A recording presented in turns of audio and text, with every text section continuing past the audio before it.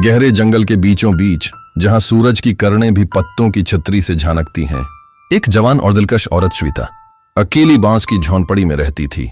बरसों से वो तन्हाई की असीर थी। कोई उसके पास नहीं आता था। जंगल की सख्त जिंदगी ने उसे मजबूत बना दिया था, मगर अंदर से वो टूट चुकी थी। एक शाम जब सूरज डूबने लगा और दरख्तों के पत्ते सुनहरी रोशनी में नहा रहे थे, श्वेता एक बुलंद दरख्त के नीचे बैठी हुई थी। उसे दौर से कदमों की आहट सुनाई दी। दिल में अजीब सी हलचल हुई, जैसे सदियों की तन्हाई टूटने वाली हो। वो उठी और झांका। दूर जंगल के पगडंडी पर एक बूढ़ा आदमी रामलाल चलता हुआ आ रहा था। उसके हाथ में तेल की छोटी शीशी थी, जो इसकी मालिश की पेशा की निशानी थी। श्वेता बेसाख्ता पुकार उठी, सुनो, इधर आओ, मेरे पास आओ रामलाल। रामलाल जो धीरे धीरे चल रहा था, आवाज सुनकर ठटका, फिर कदम तेज कर दिए। श्वेता अपने आप पर काबू न रख सकी और दौड़कर उसके पास पहुंची। खामोशी से उसका हाथ पकड़ा और सुनसान जंगल के एक घने झाड़ियों वाले हुस्से की तरफ ले जाने लगी। रामलाल हैरत से बोला, अरे कौन हो तुम? कहां ले जा रही हो मुझे? हाथ क्यों पकड़ा है? श्वेता ने कोई जवाब न दिया, बस हाथ मजबूती से थामे रखा। दोनों एक बुलंद दरख्त की चोटी के नीचे पहुंचे, जहां परंधा भी पर न मार सके। वहां रखकर श्वेता ने धीमी आवाज में कहा, तुम एक मालशी हो? रामलाल ने सिर हिलाकर हामी भरी। हाँ। अरे कौन हो तुम? मैं वाकई मालशी हूं, मर्दों की मालिश करता हूं। यह सुनकर श्वेता के चेहरे पर खुशी की लहर दौड़ गई। तो क्या तुम मेरी कमर पर मालिश कर सकते हो? रामलाल घबरा कर बोला, तुम्हारा दिमाग तो ठीक है, मैं तो सिर्फ मर्दों की मालिश करता हूं, तुम तो एक लड़की हो। श्वेता ने झट से कमर पकड़ ली और नीचे बैठते हुए कराहती हुई बोली, यहां दर्द हो रहा है, देखो जरा मालिश कर दो, शायद आराम मिल जाए। रामलाल कुछ पल ठहरा, फिर धीरे से झुककर कमर पर तेल मिलने लगा। श्वेता ने आंखें बंद कर ली। चेहरे पर सुकून उतर आया, मगर दिल में एक छिपा हुआ मकसद पूरा होने की तरफ पहला कदम उठ चुका था। जंगल की हवा में पत्तों की सरसराहट थी और दौर से एक कोयल की कोको सुनाई दे रही थी, जैसे जंगल खुद इस लम्हे का गवाह बन रहा हो। चारों तरफ अंधेरा छा गया। रामलाल उठकर खड़ा हुआ और जंगल से बाहर जाने लगा। श्वेता घबरा कर बोली, इतनी रात में कहां जाओगे? आज की रात यहीं मेरे पास ठहर जाओ। रामलाल ने देखा कि रात वाकई गहरी हो चुकी थी। चांद की चांदी सी रोशनी पत्तों पर बिखरी हुई थी। वो ठटक कर रख गया और श्वेता की तरफ देखने लगा। श्वेता जवान और बेहद हुसैन थी। उसकी आंखें जंगल की झीलों की तरह गहरी थीं। वो बस देखता रह गया, फिर बेअख्तियार कदम बढ़ाए उसके पास आया और आंखों में झांकते हुए बोला, हाँ ठीक है, आज मैं तुम्हारे पास ठहर जाता हूं, मगर यहां सोने की जगह कहां है?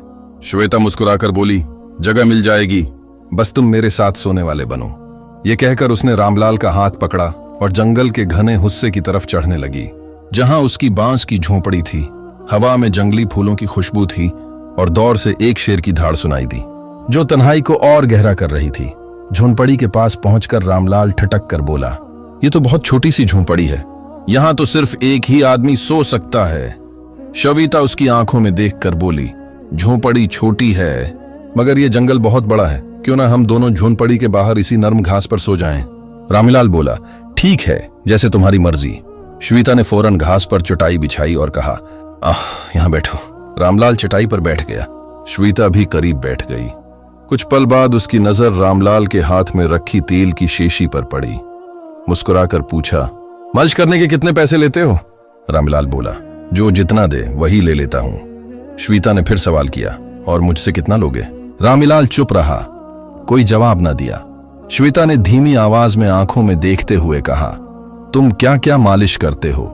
रामलाल ने सादा लहजे में कहा, जो जिसकी चाह हो वही कर देता हूं। यह सुनकर श्वेता के होंठों पर हल्की मुस्कान आई। वो उठी, झोंपड़ी के अंदर गई और लकड़ियां लाकर आग जलाई। फिर 2 अंडे उबाल कर रामलाल के सामने रख दिए। रामलाल हैरान होकर बोला, उसकी क्या जरूरत थी? श्वेता ने नरमी से कहा, यहां बहुत सर्दी है, ये खा लो, तुम्हारे काम आएंगे। रामलाल सवालती नजरों से देखता रहा, मगर चुप रहा। उसने एक अंडा खा लिया और पूछा, और तुम कुछ नहीं खाओगी? श्वेता बोली, मुझे सर्दी नहीं लगती, ये तुम्हारे लिए है, तुम्हें जरूरत है, मुझे नहीं। रामलाल सोच में पड़ गया, श्वेता का असल मतलब क्या है, मगर कुछ समझ न सका।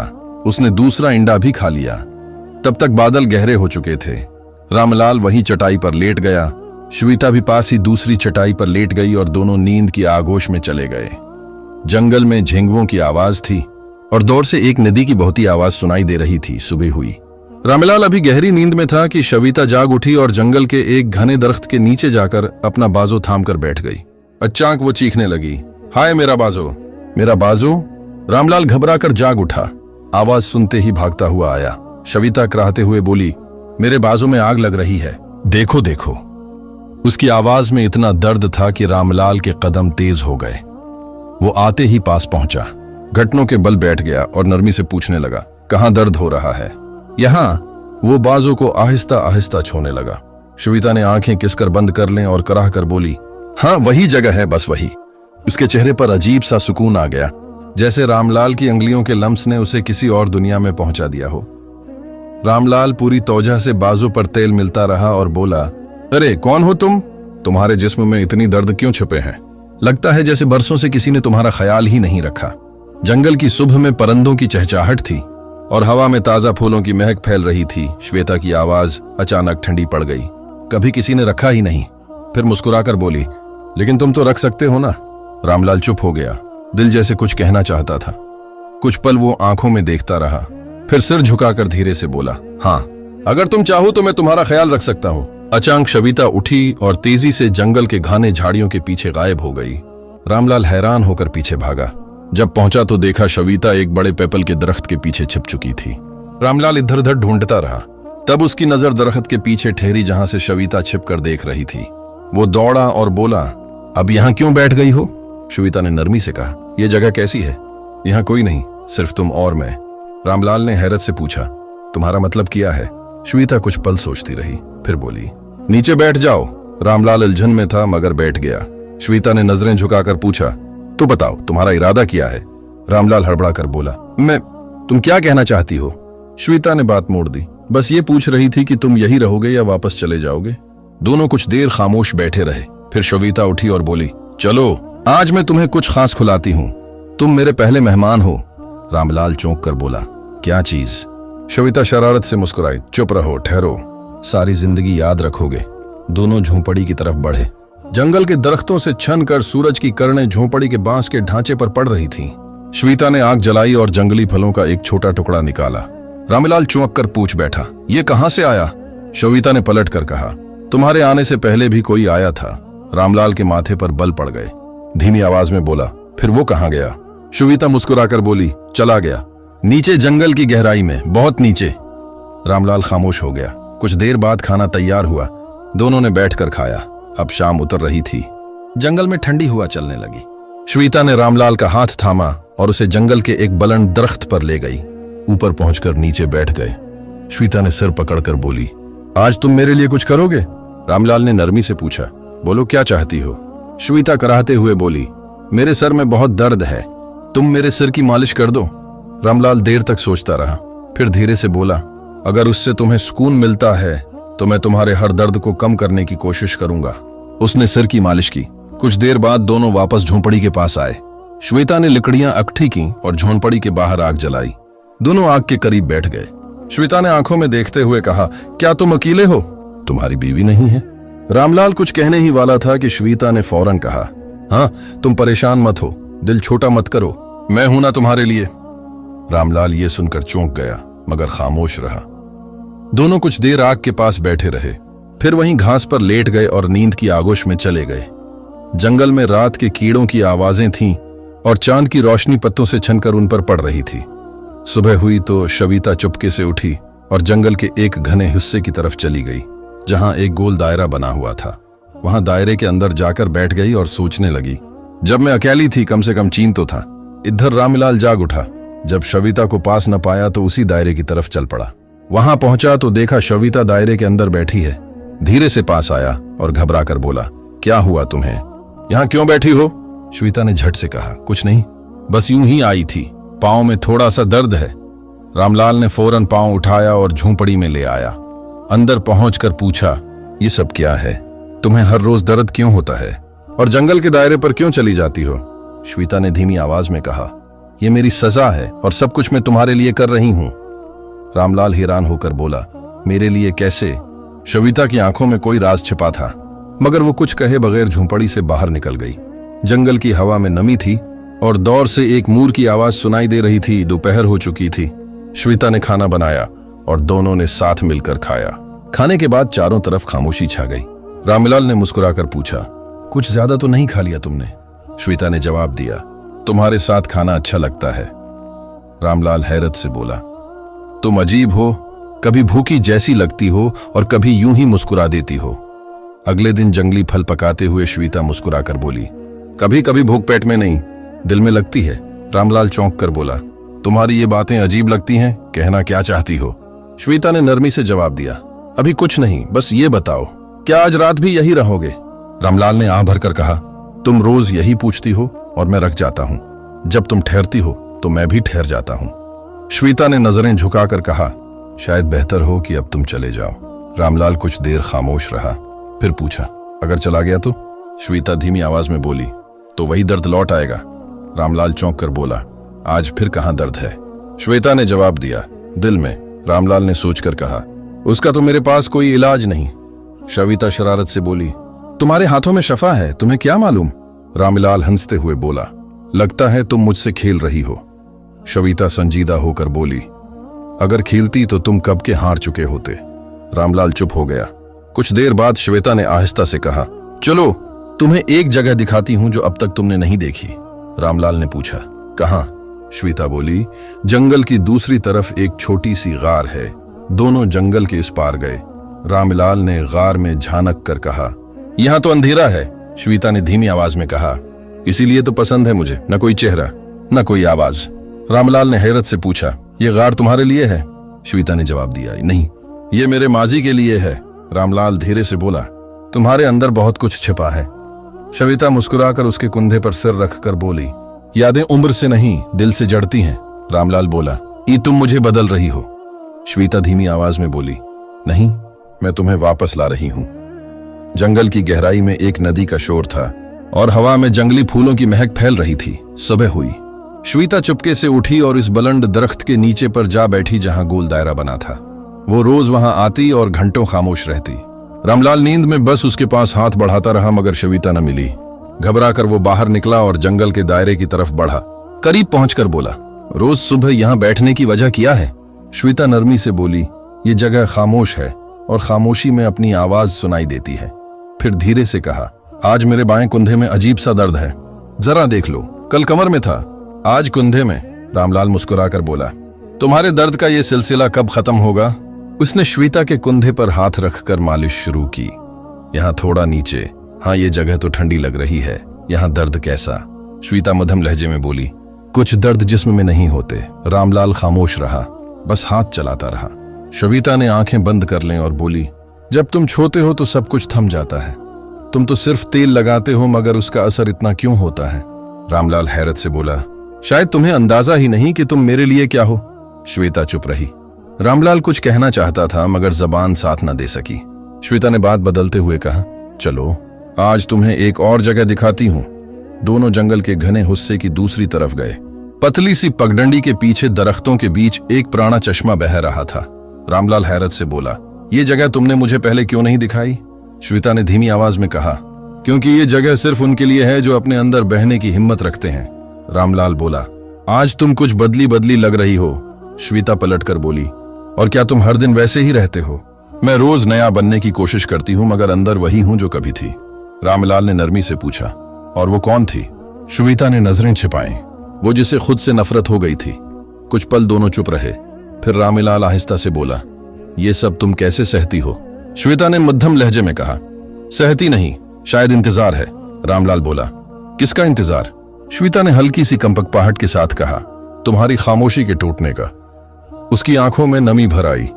चश्मे का पानी चमक रहा था और उसकी आवाज जंगल में गूंज रही थी। अगले दिन श्वेता फिर सुबह चुपके से उठी और जंगल के गहरे दायरे में जा बैठी। वहां गरज कर दुआ करने लगी, मैं अपने गुनाहों से तौबा करती हूं। इतने में रामलाल भी वहां आ पहुंचा और उसकी सारी बातें सुन लें। कुछ देर सोच में डूबा रहा, फिर बोला, तुम्हारी आंखों में वही रोशनी है जो मैंने बरसों पहले एक और औरत में देखी थी। श्वेता चौंक कर बोली, किसमें? रामलाल धीरे से बोला, एक औरत थी, खूबसूरत थी मगर दिल की बहुत नर्म। वो भी ठीक उसी तरह देखती थी जैसे तुम। श्वेता ने नजरें छिपाना चाही मगर रामलाल की निगाहों से बच न सकी।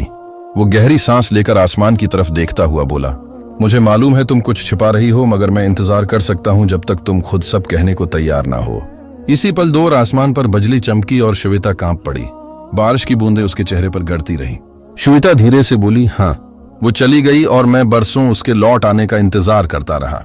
श्वेता की आंखें भर आए, कांपते होंठों से बोली, अगर वो औरत वापस आ जाए तो? रामलाल ने धीरे से जवाब दिया, मैं उससे कुछ न पूछूंगा, बस चाहूंगा कि वो मेरे साथ खुशी से रहे। श्वेता ने कांपती आवाज में कहा, अगर वो औरत में हूं। रामलाल सिन्न रह गया, जैसे सांस रख गई हो। श्वेता ने हिम्मत करके उसकी तरफ देखा और बोली, मैं वही औरत हूं जिसने बरसों पहले तुम्हें छोड़ दिया था। रामलाल की आंखों में नमी तहराई, धीमी आवाज में बोला, तुम मेरी श्वेता? श्वेता ने गर्दन झुका ली और आहिस्ता से कहा, मैं तुम्हारी बीवी हूं, वही जिसने तुम्हें तन्हा छोड़ दिया था। जंगल साकत हो गया, हवा भी थम सी गई, जंगल जैसे कोई राज बयान कर रहा हो। श्वेता ने सिर झुकाए कांपती आवाज में बोली, मुझे डर था कि कहीं तुम मुझे माफ ना करो। रामलाल ने आगे बढ़कर उसके कांपते हाथ थाम लिए। श्वेता की आंखों से आंसू बहने लगे। वो धीमी आवाज में बोली, मैं बस खूबसूरत रहना चाहती थी हमेशा, इसी ख्वाहिश ने सब कुछ छीन लिया। रामलाल धीरे से बोला, क्या हुआ था तुम्हारे साथ? सब कुछ बता दो, आज दिल हल्का कर लो।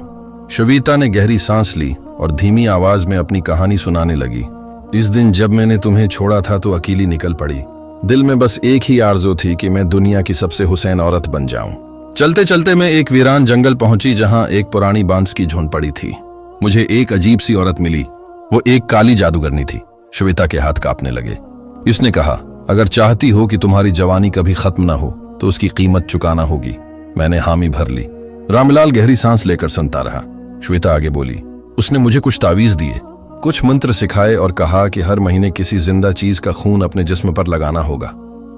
शुरू में मैंने छोटे परिंदों का खून लिया, फिर खरगोश, फिर बकरियां, और फिर इसकी आवाज कांप गई। फिर मेरे जिस्म में अजीब अजीब दर्द उठने लगे, जैसे अंदर कुछ सड़ रहा हो। कभी कमर में तेज चुभने, कभी हाथों में जलन, और कभी ऐसा लगता जैसे दिल धड़कना ही भूल गया। वो रखी, आंसू बहाते हुए जारी रखा। फिर मैं एक आमिल बाबा के पास गई।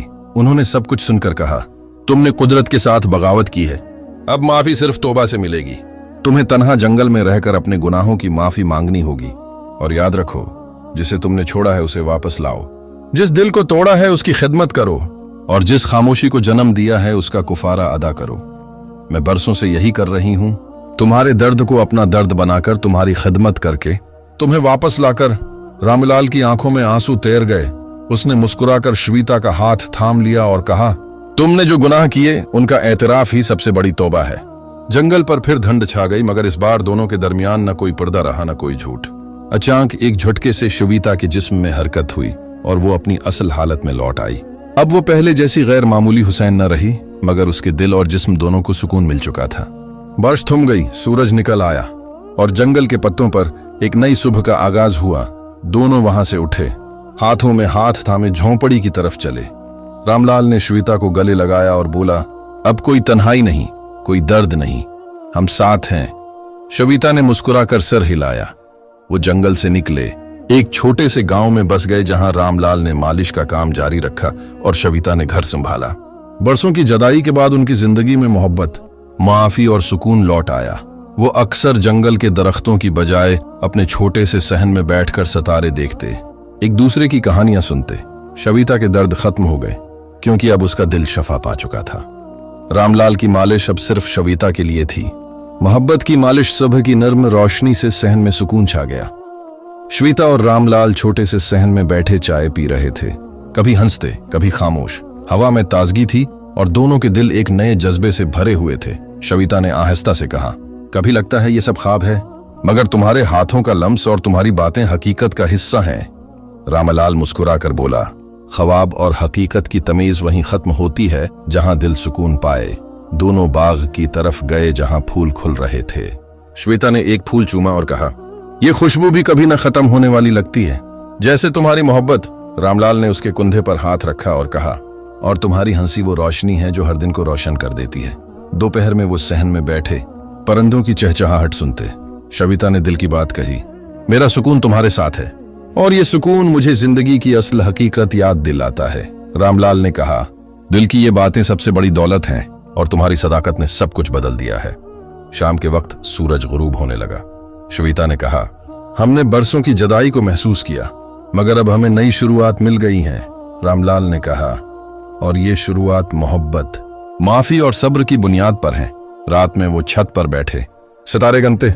श्वेता ने कहा, ये सितारे भी हमें हमारी कहानी सुनाने आते हैं।